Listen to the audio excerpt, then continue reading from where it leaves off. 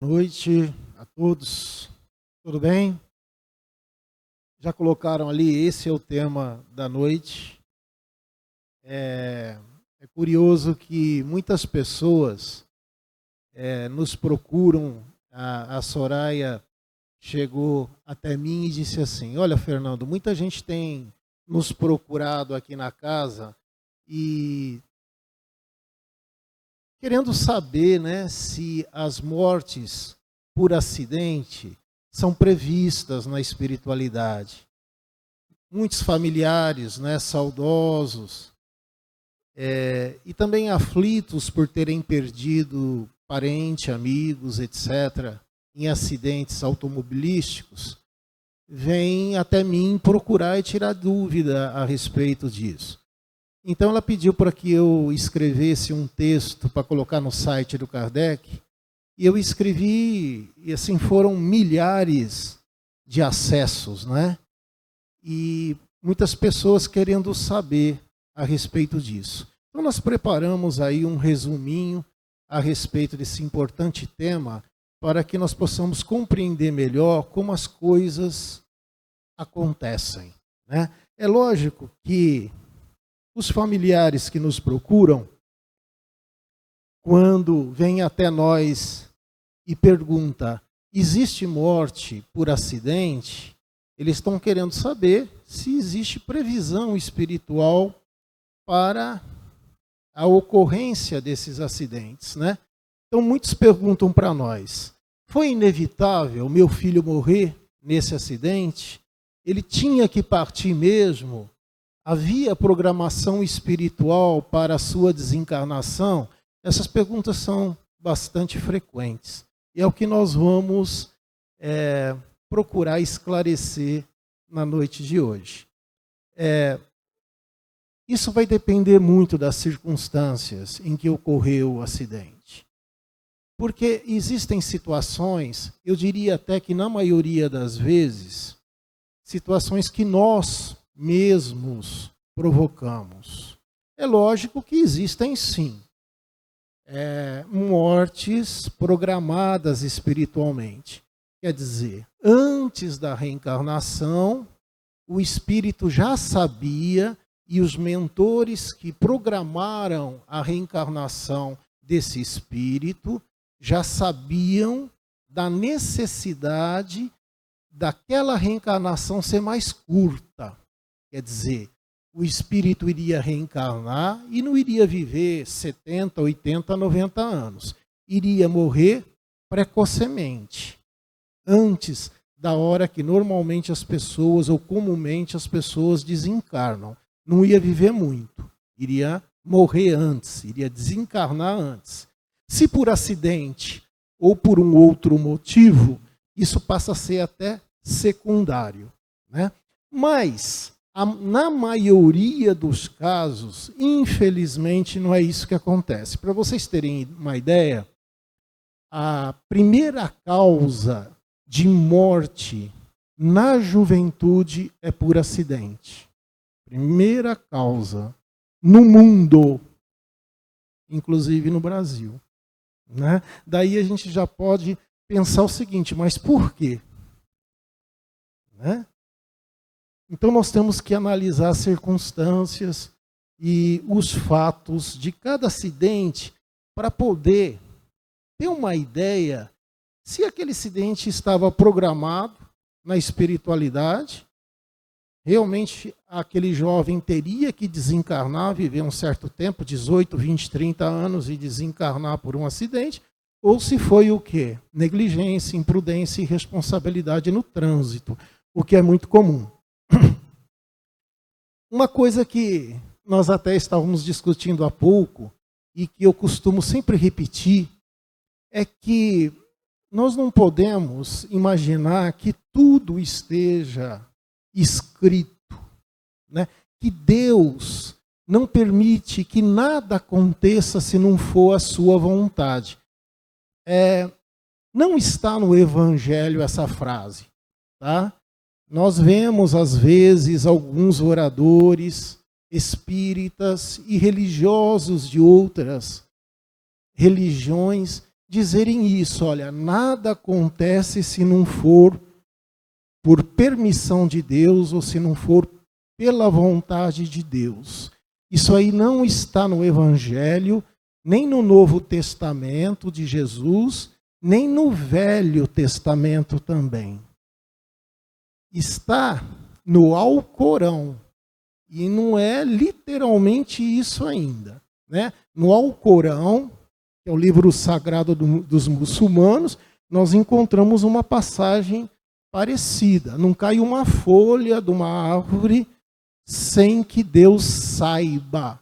É diferente. Sem que Deus saiba é uma coisa, sem que Deus permita é outra coisa, né? Deus sim vê, sabe tudo, né? É onisciente, onipresente, sabe de todas as coisas que estão acontecendo no universo. Agora, responsabilizar Deus pelas coisas erradas que nós fazemos, fica muito fácil, né? Não, olha, aconteceu uma tragédia lá, alguém entrou num local, como está acontecendo nos Estados Unidos, e atirou em todo mundo. Olha, nada acontece sem a permissão de Deus. Está errado isso, né? Não vamos responsabilizar Deus pelas coisas e as maldades que nós cometemos, porque nós temos o nosso livre-arbítrio. Agora, nós vivemos nesse mundo de matéria muito grosseira, onde qualquer acidente ou qualquer doença pode nos tirar a vida física. Do ponto de vista espiritual, os espíritos não dão tanta importância como nós damos à vida aqui na Terra. Porque a vida verdadeira é a vida espiritual. Para nós a morte é uma fatalidade. E os espíritos não veem a morte como uma fatalidade. Eles veem a morte como um regresso à pátria espiritual, ao mundo dos espíritos, o mundo original e primitivo de todos nós, de onde nós partimos e para onde nós vamos retornar um dia, né? Então, nós, quando estamos encarnados, a nossa vida física aqui passa a ser a coisa mais importante. E quando falamos de morte, que é o fim da vida física, nós ficamos realmente preocupados. Mas estamos num mundo muito material, muito grosseiro, muito imperfeito, onde acidentes podem ocorrer não previstos, onde doenças podem também surgir não previstas e nos levar à desencarnação. Isso faz parte. É como se o nosso globo fosse uma grande panela de pressão e nós estivéssemos dentro dela. Estaríamos sujeitos o quê? À pressão e à temperatura dessa panela. Então, muitas coisas podem nos acontecer aqui, sem que necessariamente nós tenhamos que passar por aquilo. Não é por acaso que Jesus falou, orai e vigiai. É muito importante, a oração é vigilância. O que é vigilância? É atenção, prudência, cuidado. Certo? E se não fosse assim, para que nós teríamos cuidados então? Por que nós seríamos prudentes? Afinal de contas, está tudo escrito. Nada acontece se não for por vontade de Deus. Eu vou sair daqui, vou pegar meu carro, andar 100 km por hora, atravessar um farol vermelho. Se eu tiver que bater e desencarnar, é porque estava escrito. Será que é assim? Não é? Nós agimos dessa forma. Nós não cuidamos da nossa saúde, da nossa higiene, para que possamos ficar bem, possamos viver mais de uma forma saudável. Sabemos isso, é a lei de conservação. Intuitivamente, nós procedemos dessa forma. Porque se não procedermos dessa forma, algo ruim pode acontecer conosco. Tá? Então, essa coisa da fatalidade, nós temos que ficar atentos com relação a isso. É lógico que traz um certo conforto, né? Olha, como nada acontece sem a vontade de Deus, vamos ter resignação com esses fatos que estão ocorrendo, porque eles têm uma razão, têm um motivo. Mas isso também nos tira a responsabilidade por tudo que está acontecendo. Como se nós não fôssemos responsáveis por nada e não pudéssemos fazer nada para mudar tudo isso aí que está. Pelo contrário, podemos e devemos, é responsabilidade nossa. Porque o mundo só vai mudar se o homem mudar. O mundo simplesmente é um reflexo do que o homem tem por dentro. Bom, na questão 132 do Livro dos Espíritos, para fechar esse raciocínio, o Kardec pergunta qual que é a finalidade, qual que é o objetivo da encarnação dos espíritos. E o Espírito de Verdade responde assim: Deus lhes impõe a encarnação com o fim de fazê-los chegar à perfeição. Para uns é provação, para outros é expiação. Então, a reencarnação ela nos é imposta, porque a lei de progresso também é uma lei que tem que ser observada. E é através da reencarnação, ou encarnação, ou reencarnação, que o espírito evolui. E reencarnados no mundo imperfeito como é esse nosso, tão material como é o planeta Terra, nós ficamos sujeitos às suas vicissitudes, às suas instabilidades. É por isso que é uma expiação. A própria reencarnação é uma expiação. Deus lhes impõe a reencarnação. Bom, existem dois conceitos muito importantes daqui para frente para que possamos entender o que acontece num acidente. Eu vou falar sobre acidente de carro, mas isso vale para quaisquer acidentes, tá bom? Que é o conceito de suicídio direto e de suicídio indireto. Suicídio direto é aquele que a pessoa que o pratica tem a intenção de se matar, quer tirar a sua própria vida. Então, ela se enforca, ela usa arma de fogo, ela se envenena, enfim, ela usa alguma coisa para tirar a própria vida. Esse é o suicídio direto. A pessoa quer e deseja se matar. O que seria o suicídio indireto? O outro conceito importante para que nós possamos desenvolver o assunto da noite. É aquele que a pessoa não tem a intenção de se matar. No entanto, em razão da sua conduta, da sua imprudência, às vezes irresponsabilidade com a vida, acaba matando o próprio corpo, acaba desencarnando. Então, basicamente, a diferença entre suicídio direto e suicídio indireto é a intenção direta de se matar, no caso do suicídio direto, e do suicídio indireto a pessoa não quer se matar naquele momento, mas, enfim, está tirando um racha na rua, bate num poste, não é? Ou dirigindo embriagado, acaba por tirar a própria vida. Não obstante, não ter esse desejo diretamente. Entenderam a diferença entre uma coisa e outra? Também o suicídio indireto, segundo informações dos espíritos, não é? Ele ocorre de diversas maneiras. Raras são as pessoas, segundo André Luiz, que são completistas. Né? Espíritos completistas são aqueles que reencarnam e vivem todo o tempo programado para a sua vida aqui na Terra. Então vamos supor que antes de reencarnar, não é? Nós tenhamos feito um planejamento para viver 80 anos aqui na Terra. São raros aqueles que retornam até o finalzinho.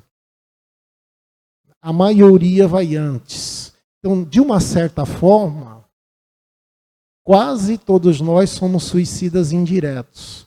Porque fazemos e nos comportamos de tal forma durante a vida, ao longo de tantos anos, que prejudicamos, maltratamos, danificamos o nosso corpo, ele acaba adquirindo, antes da hora, certas doenças que nos levará, ou que nos levarão à morte. Entenderam? É lógico que existem alguns vícios que até aceleram isso aí, como o alcoolismo, o tabagismo, uma série de coisas. Mas os espíritos também nos alertam com relação à nossa emoção, que maltrata demais o corpo.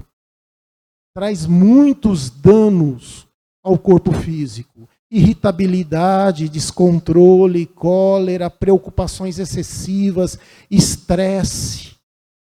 Vejam só, isso, a ciência nos fala que isso traz enormes prejuízos à saúde. Então vejam que a questão do suicídio indireto vai bem mais longe, é muito mais amplo, não é? Então, lembrando agora André Luiz, no livro Os Mensageiros, que ele diz, raros são os espíritos completistas, aqueles que passam uma existência inteira de acordo com aquilo que foi programado antes da sua reencarnação.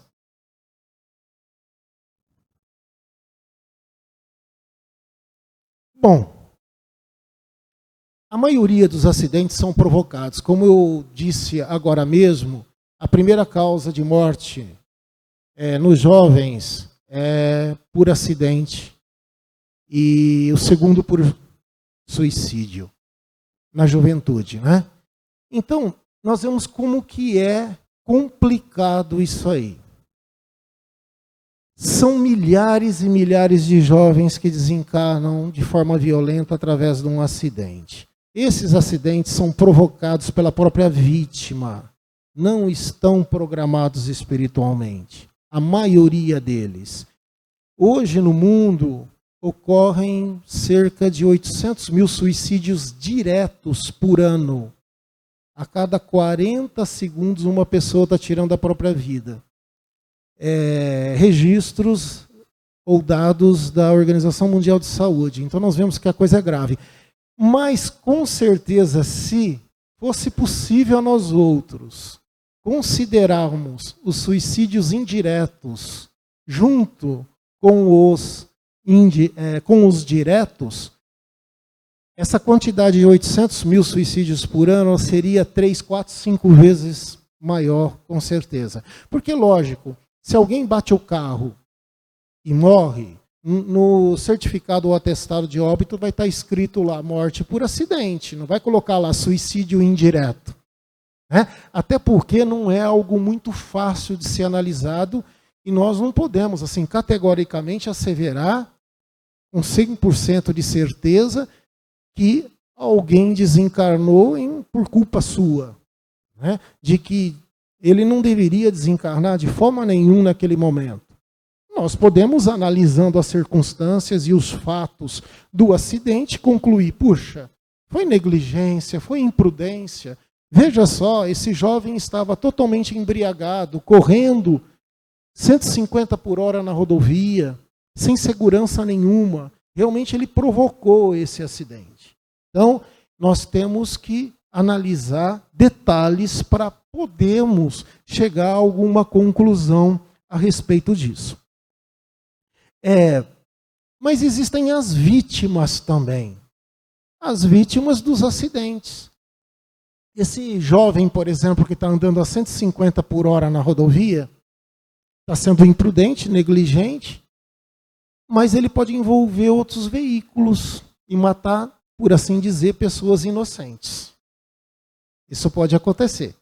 Então vamos supor na rodovia alguém, dando um outro exemplo, uma pessoa atravessa um farol vermelho a 100 km por hora. Está atravessando um farol vermelho. A outra pessoa está vindo no verde dela, por exemplo, e o jovem imprudente, o que ele faz? Ele bate no meio do veículo que está vindo no verde e mata aquela pessoa. Como que acontece? Isso aí, o que vocês acham que pode estar acontecendo nesse caso? A vítima da imprudência de terceiros. Quem é imprudente está cometendo suicídio indireto, como nós já acabamos de dizer. Mas e a vítima dessa pessoa? A vítima dessa pessoa está sendo uma vítima mesmo. Tá? Não está cometendo nada. Ela está desencarnando ou por expiação, por algo que ela fez em outra vida e está resgatando agora. Portanto, isso estava anteriormente programado para que ela desencarnasse antes da hora, tá certo? Ou por provação mesmo, pelas circunstâncias da vítima, da vida aqui na Terra. Como estávamos conversando agora há pouco com os nossos amigos, existem, num mundo injusto como vivemos, onde o mal predomina, vítimas, pessoas inocentes sofrendo, né? Existem pessoas que não mereciam passar por alguma coisa e acabam passando. Lógico que isso vai ter consequências no futuro, sobretudo para quem agiu destruindo uma vida ou prejudicando alguém. Então, as vítimas das pessoas imprudentes, elas simplesmente estarão passando por uma provação ou por uma expiação, como o Espírito de Verdade fala na questão 132. Uns estão passando por provação, outros por expiação. Então, concluindo, gente,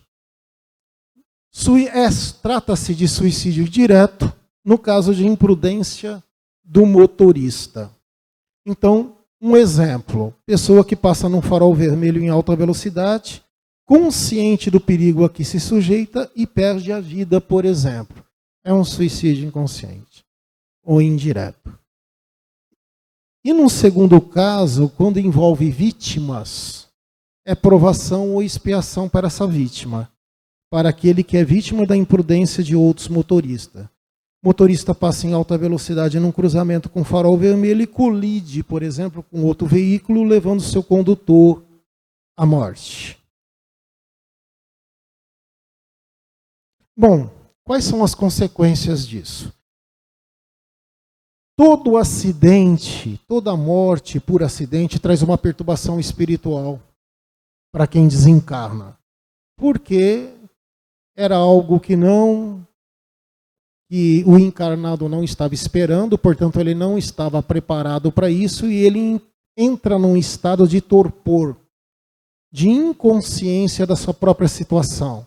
Muitas vezes eles veem os corpos ou o corpo ali, né, dentro do carro ou no chão, não entende direito por que eu estou aqui em pé olhando o meu próprio corpo, vê as pessoas ali preocupadas, chamando ambulância e tentando salvar aquele corpo e ele se vê fora do corpo. Quem assistiu Ghost, o famoso filme Ghost, que o rapaz foi assassinado, se lembra da cena. É mais ou menos aquilo. Um filme muito bom para explicar isso que eu estou falando.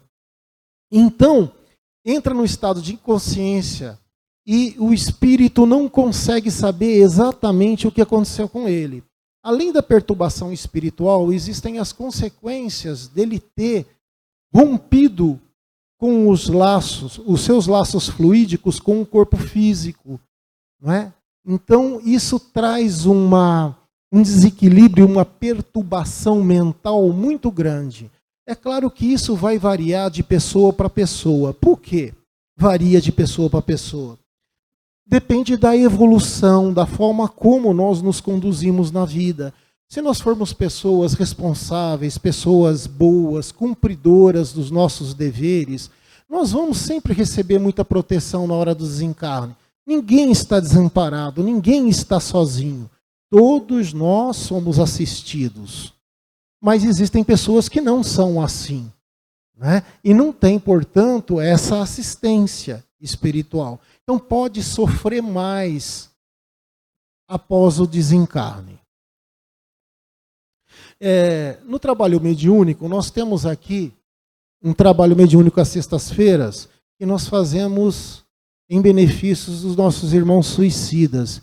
E algumas vezes, jovens que morreram em acidente e que são suicidas indiretos, como nós acabamos de ver, se comunicam em desespero, não é?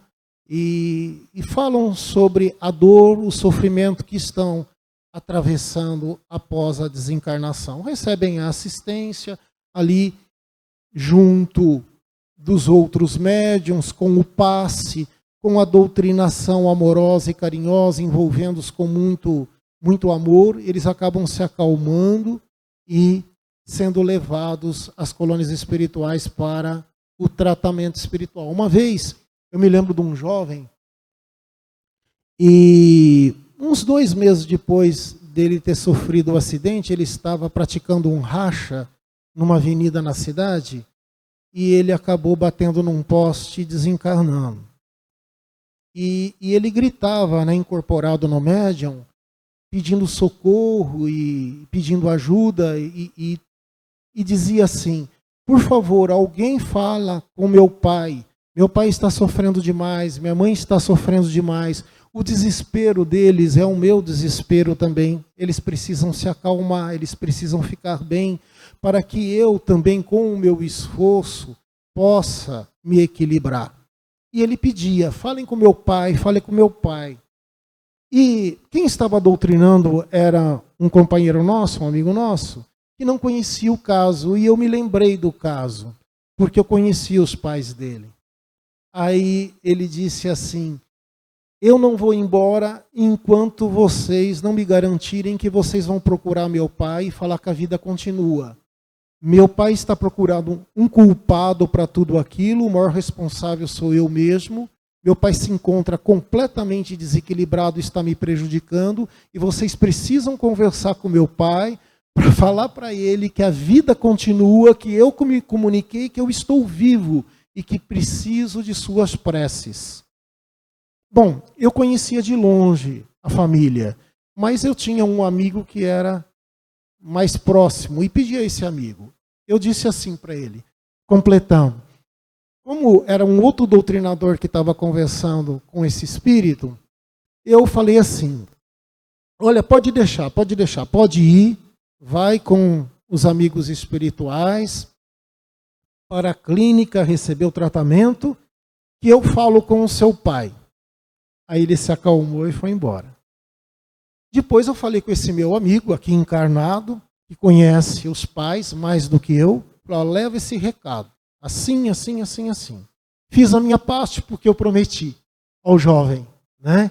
Porque muito embora os trabalhos eles não sejam públicos, são privados, e nós pouco falamos daquilo que nós ouvimos e presenciamos ali, foi um caso que eu assumi a responsabilidade de falar para o pai e levar essa mensagem para que o pai tivesse um pouco mais de conforto e pudesse, através da sua conduta a partir de então, interferir menos, né, na vida espiritual desse garoto. Isso vale não só para esse caso, como para todos os casos, perdas de entes queridos. Nós devemos fazer a nossa parte aqui. Se nós desejamos que eles estejam bem do outro lado, nós precisamos ficar bem desse lado também. Saudade excessiva, desespero, não é? Isso tudo prejudica quem partiu. Que a saudade bate dos dois lados. Nós temos até uma vantagem com relação àquele que desencarnou. Nós permanecemos exatamente no mesmo meio em que nós estamos. Continuamos com a nossa casa, continuamos com o nosso trabalho, continuamos com os demais familiares, com os nossos amigos. Quem desencarna vai para um outro meio.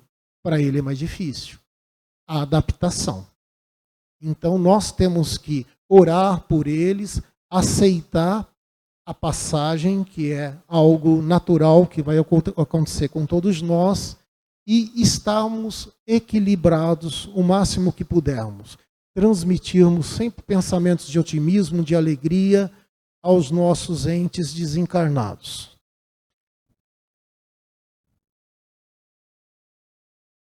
Bom, o que essas pessoas desencarnadas nessa situação têm que fazer? Reconstruírem as suas vidas.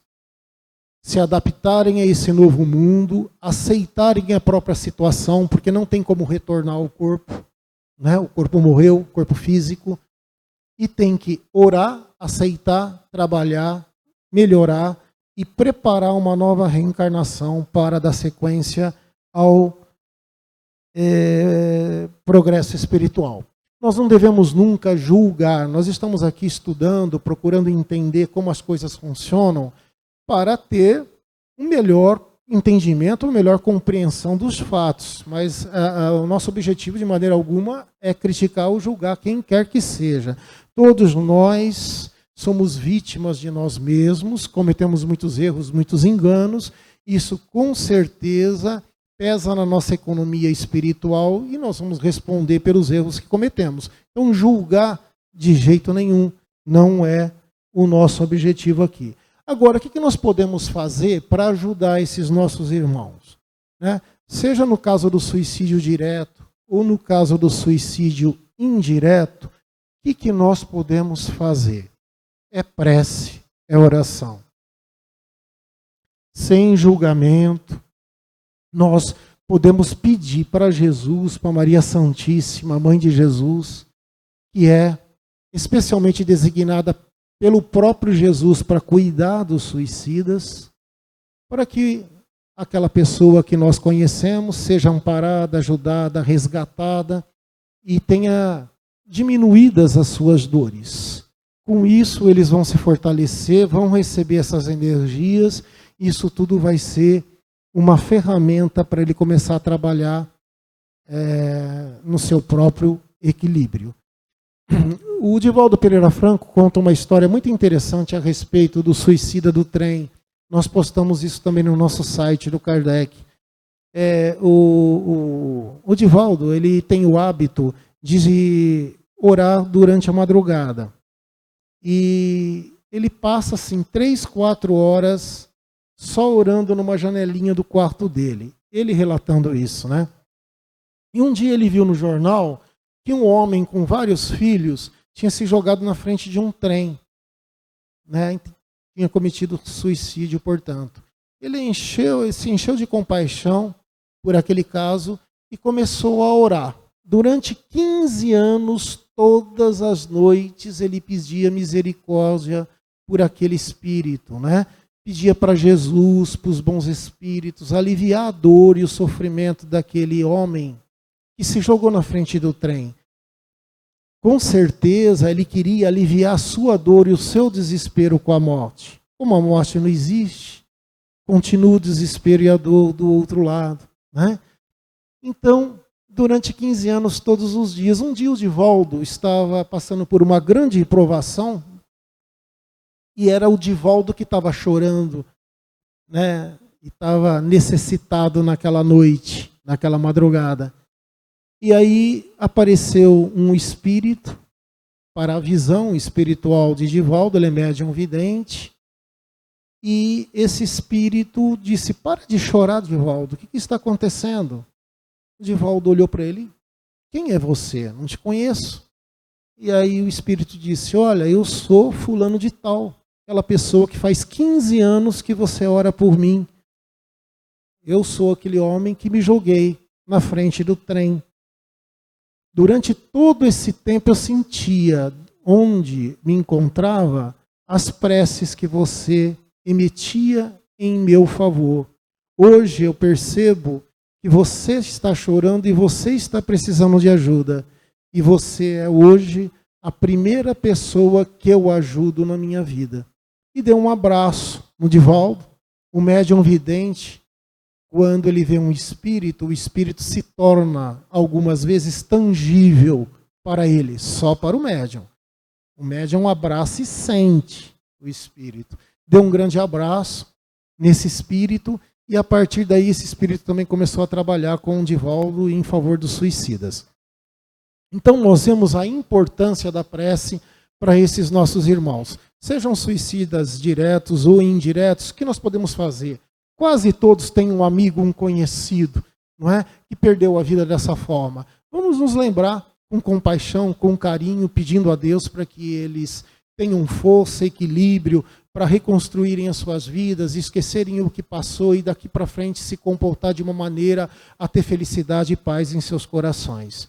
Então, prece é muito importante para eles. Bom, e meus irmãos, era esse o recado que eu queria dar para vocês nessa noite. Muito obrigado pela atenção, que Deus nos abençoe.